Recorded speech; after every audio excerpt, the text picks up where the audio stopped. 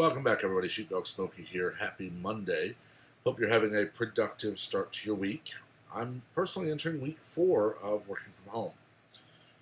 And it hasn't been quiet at all with news and other stuff. Before we begin, as always, please subscribe, turn on notifications so you're aware of all new content, and so you're part of the giveaway at 500, 1,000, and 1,500 subscribers. That said, let's go on and dive right in. We've watched the news as we've heard of, tighter and tighter restrictions all over the world, countries just having to respond to this. And I was watching a PragerU video today, earlier with my mother, and Dennis Prager brought up a very interesting point. The flu this year alone has killed more people than COVID-19. It is one of the viruses that goes around that kills a lot of people every year. Why don't we quarantine for that during flu season? Why didn't we quarantine for H1N1, SARS, MERS, or any of the other pandemic outbreaks that we've seen? And then I saw a video that I'm going to play here in just a moment of someone asking Alexa if this virus was engineered and released on the world. And as I've said in previous videos, I'm not a conspiracy theorist by any means. But if you've watched anything from Bill Gates, his tweets, his Facebook, his videos that he does, his talks that he does, he has been talking about pandemic for quite a while. He is now calling for a digital certificate to track whether you have ever been infected by COVID-19, had the vaccine, had it and recovered, and so on and so forth. And these things are very worrying because this is a method of control that we've not seen in quite a while. Now, just full, disclaimer here. This video could have been edited, it could have been created. The mechanical voice that is Alexa's voice can be found, downloaded, and then used, but it is something that I wanted to share. For those of you who are, like me, a student of history, you'll know that biological warfare is not new in any means for warfare on this planet. For those of you who are my age or older, you'll probably remember the topic of chickenpox parties, where parents would either not tell their friends or would that their children had chickenpox, and children would still be sent to play with them. Or a parent would not have full confirmation their child had chickenpox, still send them to school. I never got a chickenpox vaccine. I got chickenpox as a kid. I don't think it was either one of those things. I think I just got it. But I only got it once, and my immune system fought it off with help from my doctor, and I've not had anything happen since. I know that people who don't get it as children are susceptible to shingles as adults, which can be dangerous, as all diseases can be. But with the medical science we have today, we don't do things like that anymore, or at least we shouldn't.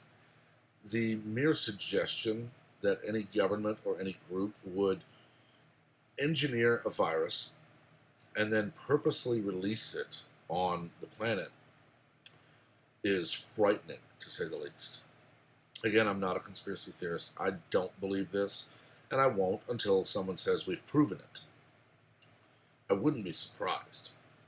We have heard for some time now, especially in this latest primary debates from Democrats, as video comes out from the candidates. I believe it was Mayor Cuomo who said that, for healthcare, if you're old and you get sick, we'll just send you home. You've had a long, good life. That should never be done. But we watched in the UK as Alfie, the young baby, who the UK doctor said, well, he's brain dead, we're just going to let him die. The parents, one of whom, the mother, was an Italian citizen, had already contacted other doctors, and those doctors were saying, we disagree. We don't think the child is brain dead. We want to treat this child. And the NHS said, no. You will watch this child die. Right to try laws are something else that has come up recently. That, if you have a fatal disease, a terminal illness, you have the right to try unproven treatments. I mean, what's it going to do? Kill you twice? And we're starting to see these topics come up again, and I just don't know which way to look on some of them, because this is a worrying situation. We have a disease that is not acting like other diseases. Most of the time, a virus, especially a new one, a new strain, will target the young and the infirmed, the immunocompromised. This one seems to be targeting the elderly, not the young. And it also is not normal in that it can flourish in heat, in hotter temperatures. And I'm not, like I said, I'm not a conspiracy theorist. I'm not a doctor. I'm not a biologist or a chemist or any other form of scientist. I don't understand the science of any of the stuff they're talking about. So that's why I listen to doctors. But the politics of it is what is extremely frustrating for me, because I'm watching people elected to Congress using this to do things that are completely unrelated. The most recent relief or stimulus bill included money for the Kennedy Arts Center, who, as soon as they received their millions, laid everyone off and donated money to the Democrats. It included money for other things that are all completely unrelated to COVID-19. In my mind, and I know I'm not alone in thinking this, if you're passing a bill for relief during a pandemic, you should not include anything in that bill that is not related to the pandemic. You know, the small business loans for businesses that are now suffering due to social distancing and such. Those are related. The stimulus payments to Americans who are in financial crisis more than ever, that's related. Money for the FDA or the CDC, or for hospitals like Johns Hopkins to do research, that's related.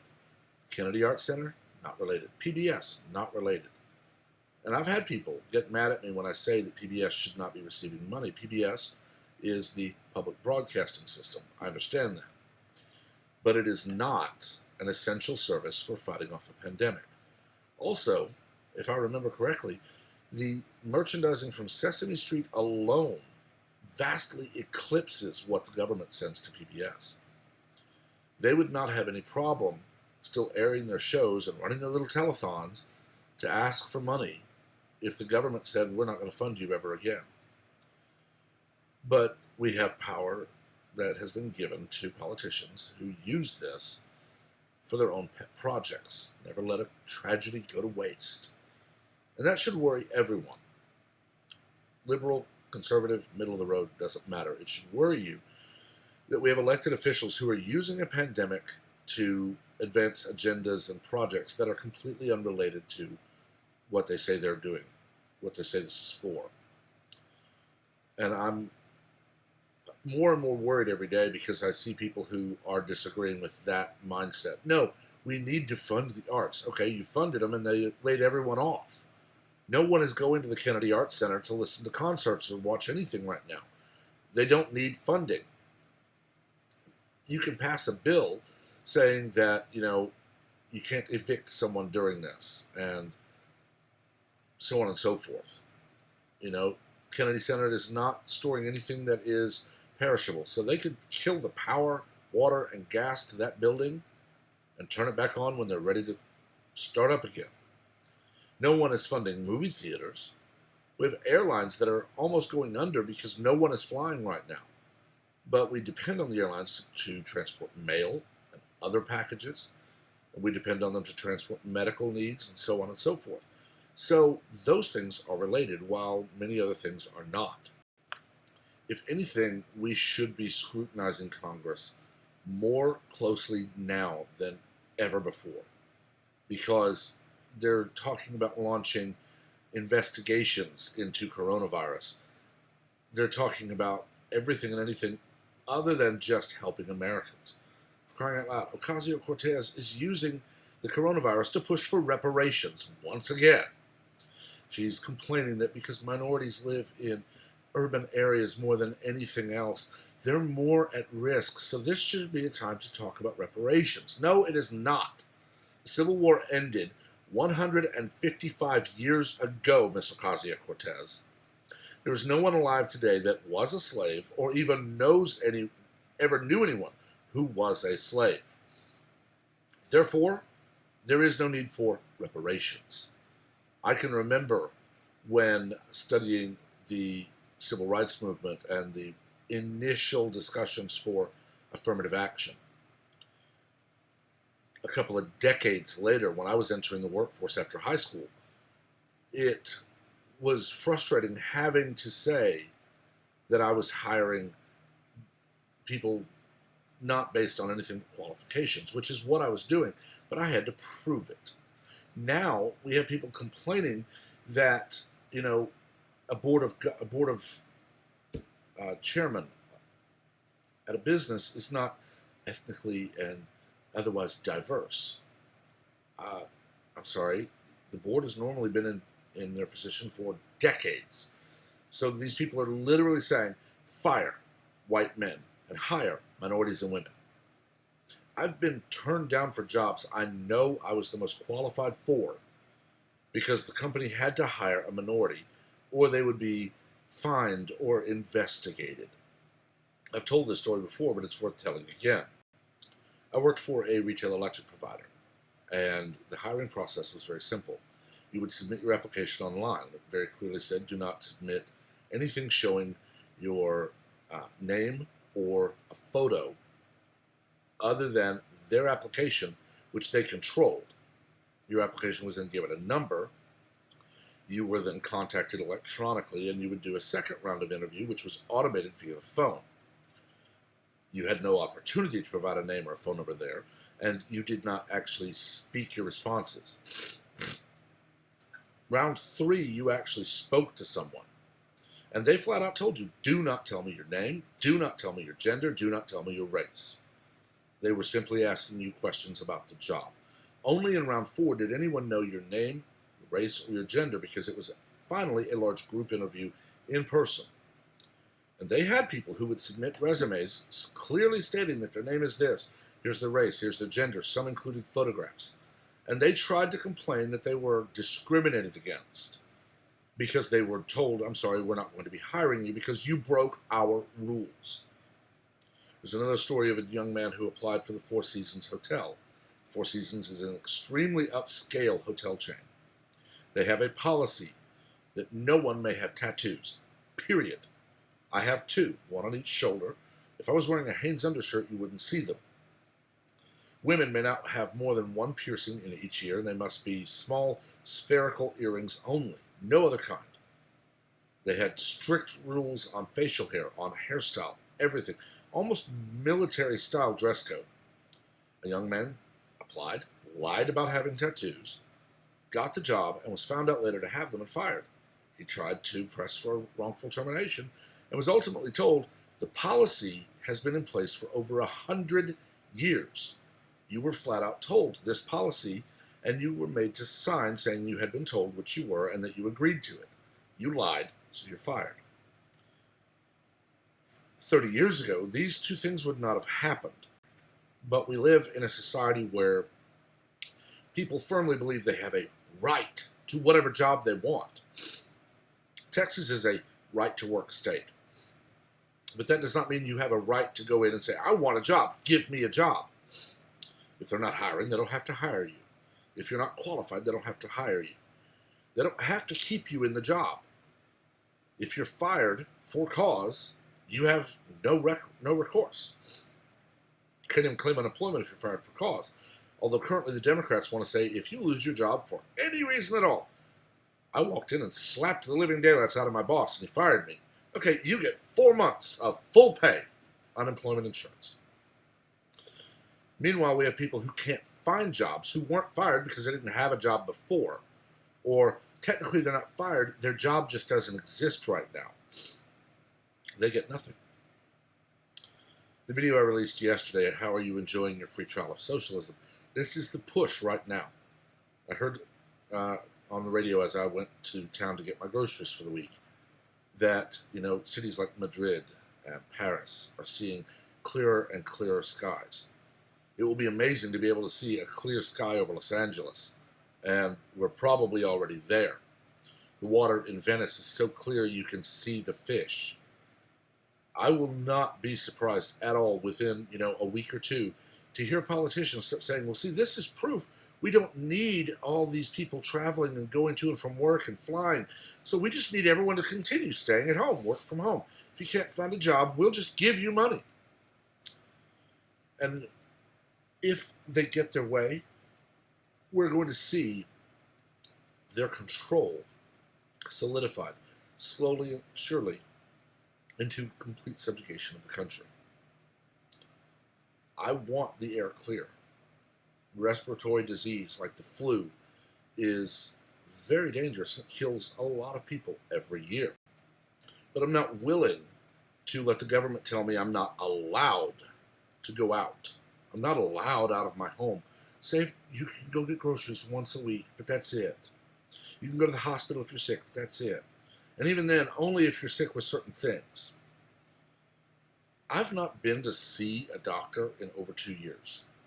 I've had two things. One, you can see probably still around this eye, I had a sty. My company offered teledoc as part of our insurance. So I set up a video call with one of the teledoc people. She looked at it. I had the phone real close to my eye, and she looked at it and said, yeah, this is a sty. Warm compresses, and, don't be in areas where there's a lot of cigarette smoke and so on. I smoke outside, if at all possible. So she gave me the ways to handle it, and you can see, no problems with it anymore. I think it took about a week, and it was completely gone. This is just because I don't sleep much. But I don't want to be restricted to, you have to call and video chat a doctor so they can hear you cough and they can have you do things to tell them about it before they authorize you to go to the hospital. It's just wrong. A free people should be able to move about, travel for business or recreation, or just get out and go to the store, go shopping without restrictions. While I was out today, as we are coming into snake season, when they start waking up, and all I have is a 12 gauge or my pistol or rifle, I went to Academy and I bought a Rossi 410 snake charmer, is what I call it, little 410 shotgun. The ammunition for that is very cheap. It also is easily handled. I mean, this is sold as a youth shotgun. I can fire one-armed with it. Can't do that with my 12 gauge or even my rifle. So I went and picked it up, but I had to wait outside because they already had someone at the gun counter. And then when the gun counter person was gone, I was allowed in, and then I had to have one of the employees let me into the ammunition aisle to pick up a couple of boxes of shells for the 410. I can remember when I bought my rifle and both of my pistols. Walked right in, looked around, talked to people behind the counter and other patrons about the different things. This is really the first firearm I've bought in quite a while where I knew exactly what I wanted before I even left my house. The only other one I can remember is my other shotgun. I knew I wanted a 12 gauge, and I knew I wanted the Mossberg Maverick. But for this, I knew I wanted the little Rossi 410 with the little pistol grip in the stock so that I can, rig a sling so when I'm walking my property, I have that. I mean, Christ, it'll even run off a coyote. You pepper them with that 7.5 shot, it stings, and it'll run them off. If it doesn't, that's what the 45's for. But I shouldn't have to stand outside, someone monitoring us saying, no, 6 feet away, 6 feet away. It's ludicrous. It really is. And we need to get past this. And we will, I firmly believe. But what will we be getting past to get back to? I mean, for crying out loud. Little mom and pop shops and little restaurants and other places are going out of business. We're going to be left with the Walmarts and Targets of the world running everything. And I'm not willing to give up those small businesses. I still, once a week, get dinner for my parents. We'd go out and we'd say, we're not cooking tonight, normally on the weekend. And I try to go to places that I know are franchisees or are not part of a chain so that I can support small business. I don't go to McDonald's mostly because I want something that tastes good. But I go to like a local Golden Chick, or I go to my Roscoe's, or I go to the little burger joint that I can't even remember the name of, but it's the only one there is. Go to a little diner and pick up food as opposed to Waffle House. Because I want those businesses to still be there when all of this is over. This virus is not about politics. It's not about race. It's not about gender. It is in some ways about age. But the politicians using it don't care about that because they want the younger voters to be the larger demographic, because the younger voters have been lied to for their entire life, told that the Second Amendment is only about the guns we want you to have. And the First Amendment, well, hate speech is not covered, and I deem what you said hate speech. And more and more idiocies. And that is dangerous. I don't know. I've rambled long enough and on a wide variety of things, so I'm going to wrap up. So yeah, I've talked long enough. Let me know what you think in the comments. If you have a topic you'd like, my email address is in the description below. Please make sure to like and share the video so we can expand the conversation, but be civil.